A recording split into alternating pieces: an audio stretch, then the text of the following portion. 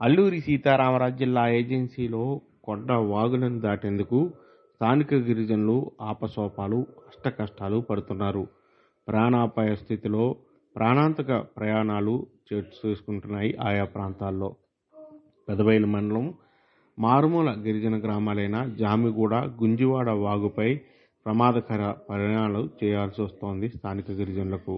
ఈ మేరకు ఆదివారం ఓ వృద్ధురాలిని గ్రామానికి తీసుకెళ్లేందుకు వంట పాత్రలో కూర్చోబెట్టి వాగుని దాటించాడు స్థానికుడు.